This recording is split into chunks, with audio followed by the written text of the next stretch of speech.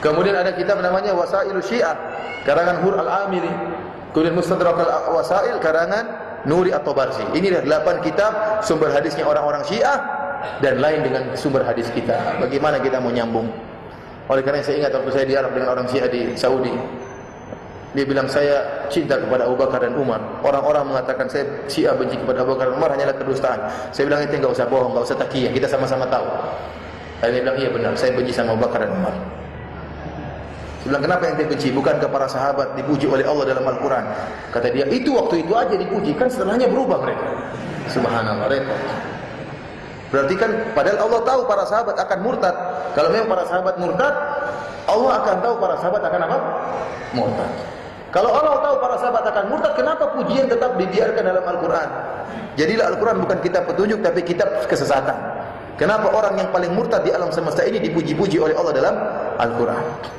Saya dalil lagi, saya bilang bukankah waktu Nabi SAW sakit yang jadi imam Abu Bakar, itu kan di buku kamu. Kalau di buku kita Ali yang jadi imam. Sudah, Assalamualaikum. Gak nyambung. Gak mungkin antum bisa berdebat karena sumber hukum berbeda. Para sahabat semua kafir kecuali berapa tadi kita bilang? 4 siapa aja? Harus dihafalkan. Miqdad, kemudian siapa? Salman Al-Farisi, kemudian siapa? Abu Dzar Al-Ghifari, satunya lagi? Ammar bin Yasir. Ya ikhwan, tahukah antum bahwasanya Ammar bin Yasir dan Salman Al-Farisi merupakan pekerjanya Umar bin Khattab radhiyallahu ta'ala anhu. Ammar bin Yasir kerja di Kufah, ditugaskan oleh siapa? Umar bin Khattab radhiyallahu ta'ala anhu. Salman Al-Farisi di Madain ditugaskan juga oleh Umar bin Khattab radhiyallahu ta'ala anhu. Mereka 4 orang ini tidak pernah berlepas diri dari para sahabat, tidak pernah. Oleh karenanya agama Syiah adalah cuma agama khayalan. Al-Qur'annya beda, hadis-hadisnya juga sumber-sumber hukumnya berbeda. Yang menakjubkan para hadirin rahmati Allah Subhanahu wa taala, tadi saya katakan hadisnya berkembang. Ulama yang dahulu mengatakan seperti Atusi mengatakan Al-Kafi cuma ada 30 bab, kemudian ulama di abad ke-10 ke atas mengatakan sedikit lagi. Mengatakan bahwasanya sudah menjadi 50 bab. Contohnya juga Atusi mengatakan kitabnya Tahdhibul Ahkam ada sekitar 6.000 hadis. Dia ngomong sendiri. Dia penulis kitab Tahdhibul Ahkam. Terus dalam kitab yang lain dia mengatakan saya telah mengumpulkan hadis-hadis jumlahnya 6.000 hadis, kurang dari 6.000 hadis. Ternyata yang dicetak sekarang jumlahnya sekitar 15 ribuan, kurang lebih 15 ribu. Ini tambahan dari mana ini? Ini tambahan dari mana? Kemudian para ikhwan yang dirahmati Allah Subhanahu wa taala, kalau tadi ahlu sunnah, tadi saya jelas tentang hadis, punya kitab Jarh wa Ta'dil, Kutubur Rijal, kitab-kitab yang menjelaskan tentang kredibilitas para perawi. Oleh karenanya para ulama membagi hadis-hadis menjadi hadis sahih, ada hadis dhaif. Hadis dhaif pun terbagi-bagi. Ada dhaif yang biasa-biasa, ada dhaif jiddan, ada maudhu'. Ada hadis palsu. Ada hadis sahih, ada hadis hasan, ada hadis dhaif. Dhaif pun terbagi-bagi. Semua ini kembali kepada ilmu mustalah hadis, kembali kepada jarh wa ta'dil. Bagaimana hubungan sanad tersebut antara perawi nyambung atau tidak. Yang kedua ditinjau apakah perawi ini kredibilitasnya benar atau tidak, hafal hadis atau tidak. Dari sini Ahlu Sunnah wal Jamaah punya ilmu untuk membedakan hadis yang sahih dan hadis yang lemah.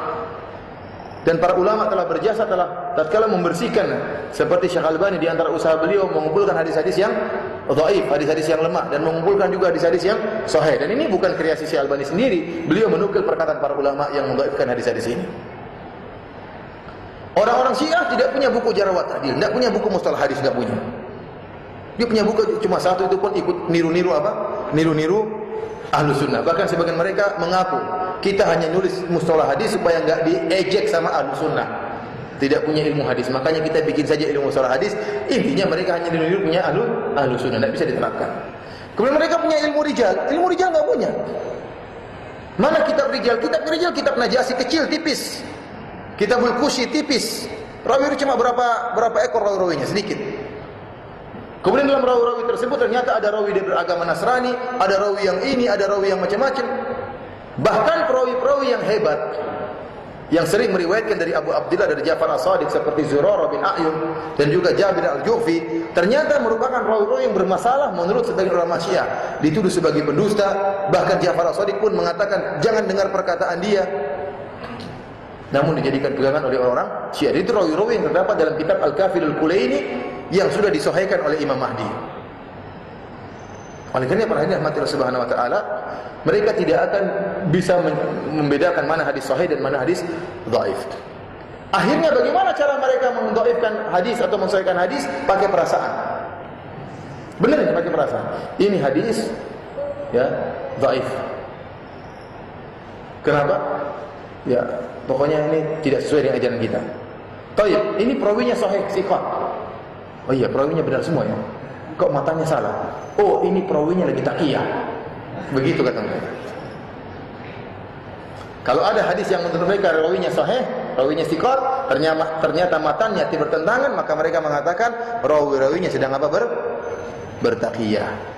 Dari sini para hadirin, Anda tidak akan mungkin bisa menemukan hadis yang sahih menurut ulama Syiah.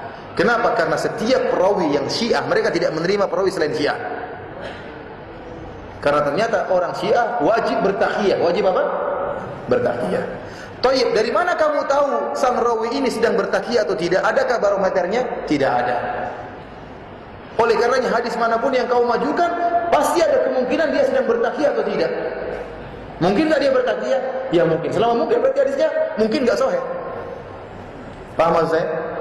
Jadi tidak ada hadis yang, kalau Ahlussunnah kan enggak, dia enggak mungkin berbohong dalam masalah apa? Meriwayatkan hadis. Ketahuan bohong sedikit saja dibuang.